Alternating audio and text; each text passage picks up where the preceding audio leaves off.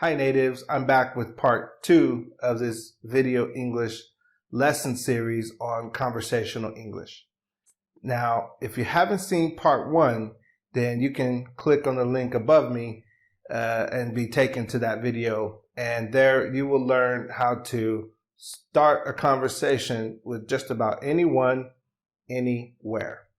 Now, in this video, I want to teach you how to keep the conversation going by using number 1, indirect questions, and number 2, how to use speculation to prompt the other person you're speaking with to keep the conversation going and explain a little more.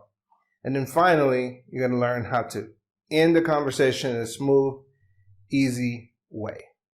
Now, you want to watch all the way to the end because, like in the first video, I showed you how not to make conversation. In this video, we're going to demonstrate for you how to do it properly. How to start, continue, and end the conversation in an easy way. So let's get to it after the jump.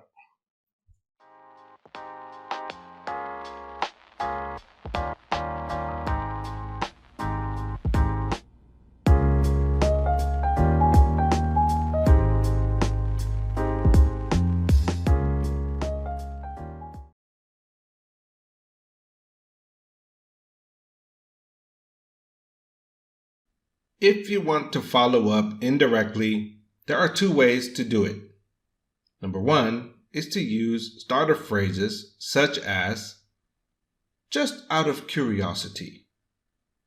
This one you add before a regular question. The next one is, if you don't mind me asking. You can also add this one before a regular question. And the third one here is, I don't mean to be nosy, but. This phrase you should use for more personal questions. You may not think it's personal, but not everyone will feel comfortable answering a personal question like, where are you staying? Or are you married? So you can increase your chances with a phrase like this. Now, the next example is a bit different. I was just wondering goes with indirect speech, where if replaces the auxiliary verb of the question and links the question to the starter phrase. Also, notice in the 2 clauses that the second clause doesn't have any inversion. Let's take a closer look at how to form indirect questions. These kinds of questions start with a starter phrase. Here are some examples of different starter phrases you can use for indirect speech. Can I ask? May I ask? And I was just wondering. Also, if the direct question was a yes or no question, meaning it started with an auxiliary verb, then if is the link to the 2 clauses. Let's see an example. First, the direct question. Are you here for long? Now, let's bring in the starter phrase.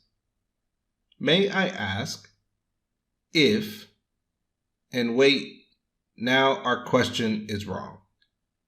Because with the starter phrase, we cannot use inversion.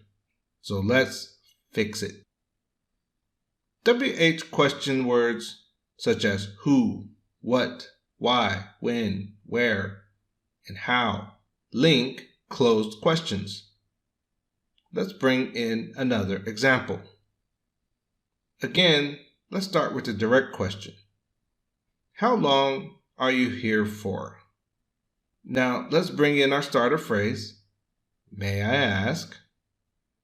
And wait, again, our question is wrong. That's because with the starter phrase and the question word as a link, we cannot invert the question part. So let's remove the inversion.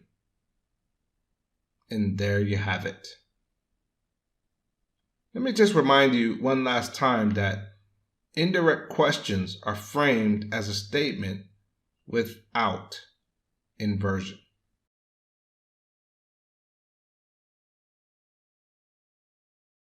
Right. Now, that is how you use indirect questions and starter phrases with questions to keep a conversation going. Now, on to the next skill. We're going to learn how to use speculation to also keep a conversation going. But first, we should start with what speculation is. Speculation first starts with active listening. You need to listen to your conversation partner and then try to think out loud, speculate about what they're saying, what their intentions are, what they want to do, why they're doing what they want to do. And this is very conversational because, people like to be heard, they like to be listened to. And when you demonstrate that you're doing that, then it's more likely they will indulge in your speculation. So let's learn 3 ways how you can make speculation work for you in English conversation.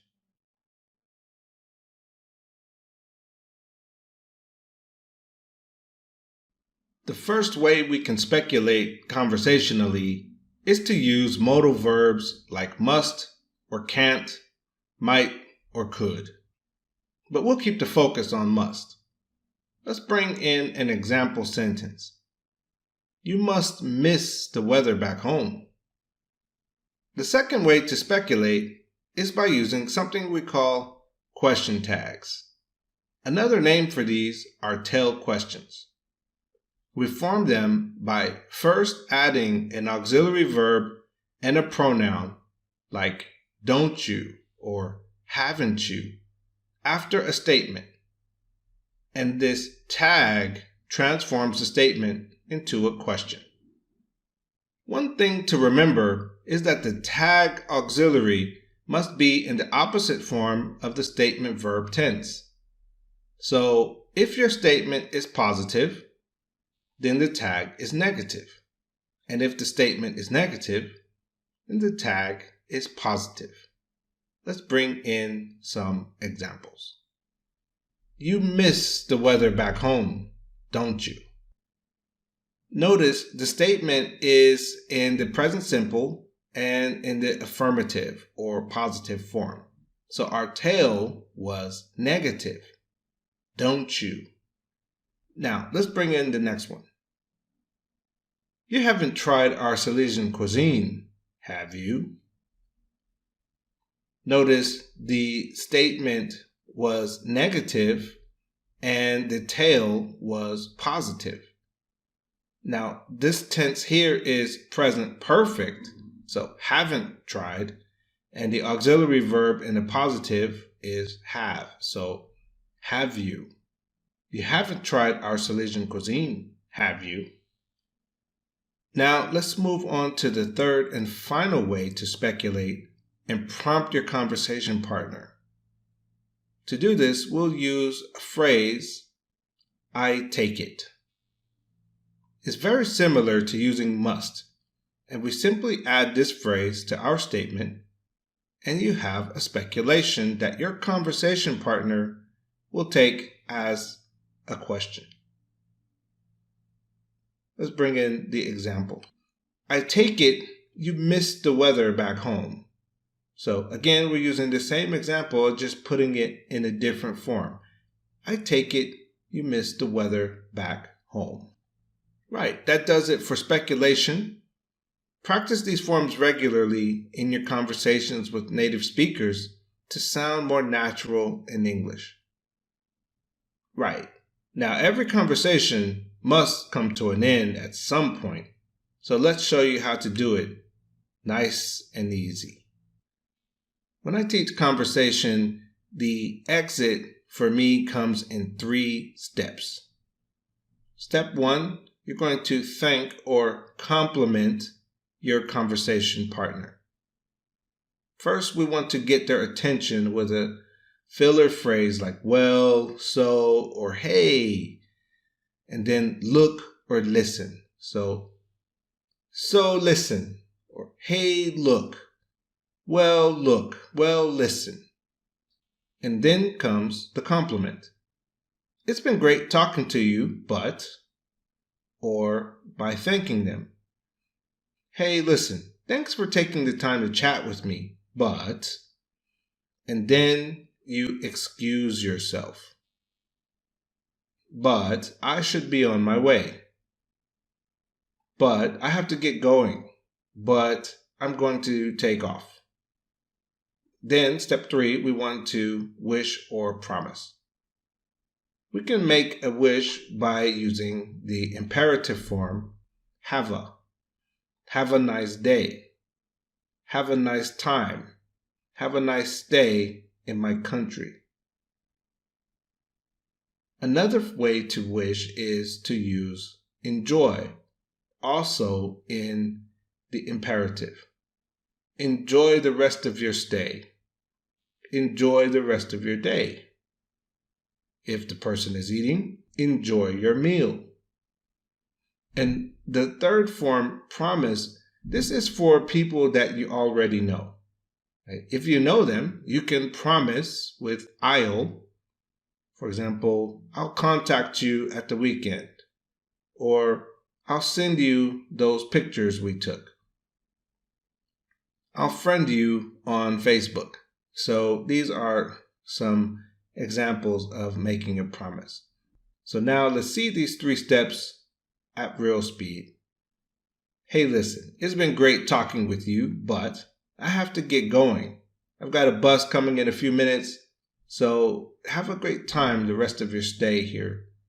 Now, you've learned a lot over these past 2 video English lessons on how to make conversation.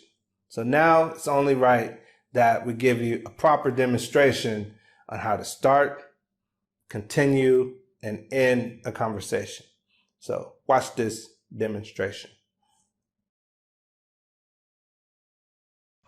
Right, so we were talking, and then at that point it just turned into an argument, and I told him Excuse me, I couldn't help overhearing you speak in English.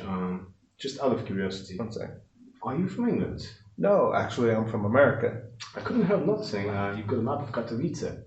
I take it you're on vacation. No, I'm here on business, actually. Oh, if you don't mind me asking, how long are you here for? Oh, just until Monday, but if everything works out, I could be back. I was just wondering, what kind of business are you into? Commercial development. Basically, me and my team, we build shopping malls in different parts of the world. Oh, interesting. I don't want to be nosy, but what made you think of Poland? Well, I would say that the shopping centers are developing business here, so it seemed like a good place. So I take it you have been to Silesia City Center, which is one of the biggest malls in Silesia. Yeah, actually I have. I was there just yesterday. Right. But hey, I don't mean to cut you off, but I have to get going. But it's been great talking to you. Sorry, don't let me keep you. Have a nice day in Poland. All right, thank you. Take care. Right, now if you were paying close attention to that demonstration, you will have noticed all of the icebreakers, follow-up questions, and a nice, easy way that we brought our conversation to an end. So at this point, I'd like to hear from you down in the comments section. Let me know first where you're watching from, and secondly, what's the conversational style where you're from when it comes to speaking with strangers and foreigners. Are you more direct? Why are you in my country? Or are you more indirect, like we are in English? For example, with a question like, what brings you to my country? So let me hear from you down in the comments. And also, while you're at it, why don't you hit that like button and subscribe to my channel so you don't miss a thing whenever I release a new video. So that's it for now, and I'll see you in the next one.